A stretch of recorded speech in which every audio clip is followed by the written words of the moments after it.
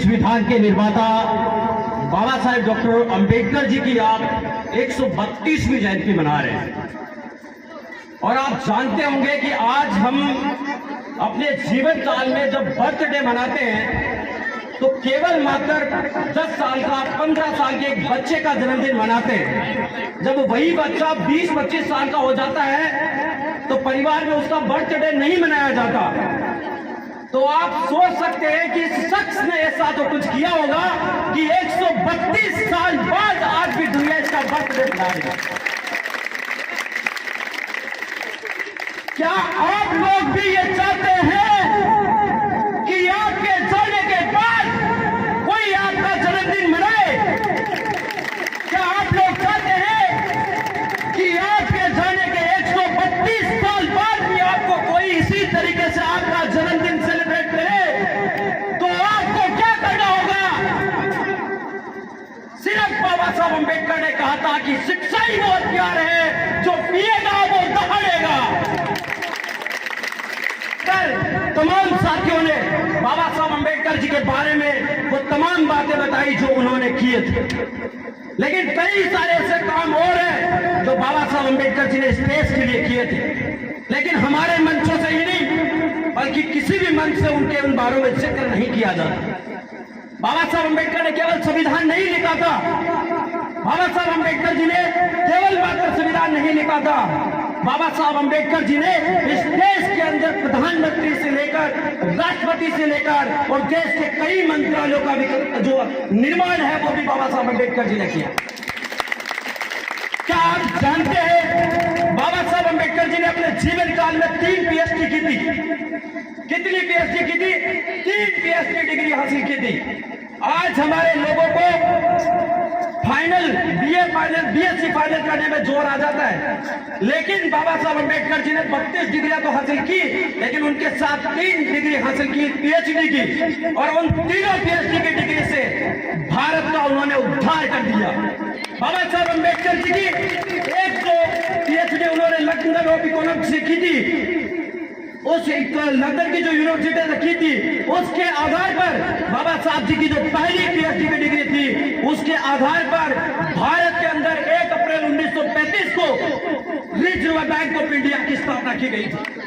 Reserve bank of India बनाती हो, लेकिन उस रिजर्व बैंक ऑफ इंडिया को बनाने वाले बाबा साहब अंबेडकर थे।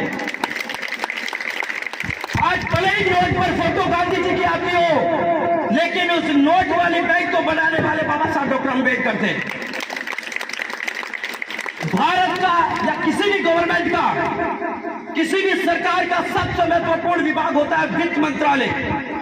बाबा साहब अंबेडकर जी की जो दूसरी पीएचडी की डिग्री थी, उस पीएचडी की डिग्री के ऊपर भारत के अंदर वित्त आयोग का गठन किया गया था। जिसके तो पढ़ाई कैसी करनी है समझ में आया?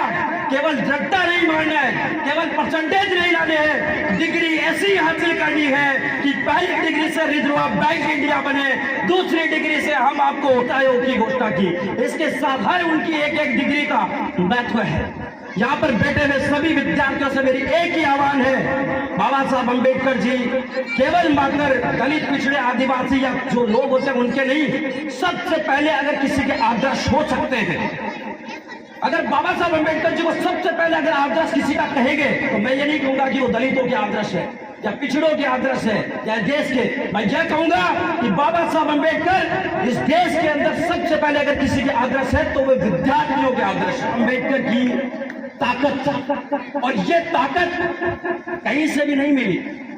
ये उनके अंदर एक जिज्ञासा थी, ये एक लालसा थी कि मुझे बदलना है, ये सिस्टम बदलना है और इन अधिकारों को बदलना है, इन तामझाम को बदलना है। जो कुछ आज मैं कर सकता हूं वो तमाम चीजें मैं करूंगा। समाज का मतलब ये नहीं है, समाज का मतलब कतई ये मत सोचना कि कोई SC ST या फिर नहीं। बाबा साहब अंबेडकर जी के समाज का मतलब था कि इस देश के अंदर रहने वाले पिछड़े से पिछड़े लास्ट पंक्ति में, यानी कि दिल्ली की पार्लियामेंट से लेकर गोवा तक के अंतिम छोर के ऊपर बैठे हुए जो व्यक्ति, लास्ट व्यक्ति जिसके घर की चौखट तक कोई नहीं जाता, उस चौखट से मुझे सत्ता प्रशासन तक भेजना है। बाबा साहब अंबेडकर ही वो शख्सियत है साथियों जो आज आपको याद होगा कि 5 साल वोट के, जब वोट आती है, चुनाव का टाइम आता है, तब बड़ा सा बड़ा मंत्री भी, जिस मंत्री के आप 5 साल चक्कर लगाते हैं, वो मंत्री भी जब वोट का समय आता है तब आपकी चौखट के ऊपर नतमस्तक होता है, वो भी आपके चौखट पर चरण छूता है। ये बाबा साहब अम्बेडकर की ताकत थी। और ये केवल एससी के घरों में नहीं, बल्कि अगर श्रमण समाज के घर का भी कोई गरीब आदमी है तो उसके घर पर भी वो नेता उसी तरीके से नाक रगड़ता है जिस तरीके से वो गरीब से गरीब परिवार में रगड़ता है। और ये बाबा साहब अम्बेडकर ने करके दिखाया। जब वोट देने की ताकत बात आई, जब भारत आजाद हो गया, 15 अगस्त 1947 को जब देश आजाद हुआ तब भी हम गुलाम थे, ये देश गुलाम था। और 15 अगस्त 1947 को देश आजाद होने के बाद भी गुलाम था, क्योंकि भगत सिंह कहते हैं कि गोरे अंग्रेज तो चले गए लेकिन काले अंग्रेज आ गए। तो इसलिए उन काले अंग्रेजों से छुटकारा पाने का और उनका इलाज एकमात्र शख्सियत बाबा साहब अम्बेडकर जी ने किया था। महिलाएं चाहे किसी भी जाति धर्म की हो, उनके साथ भी शोषण होता था।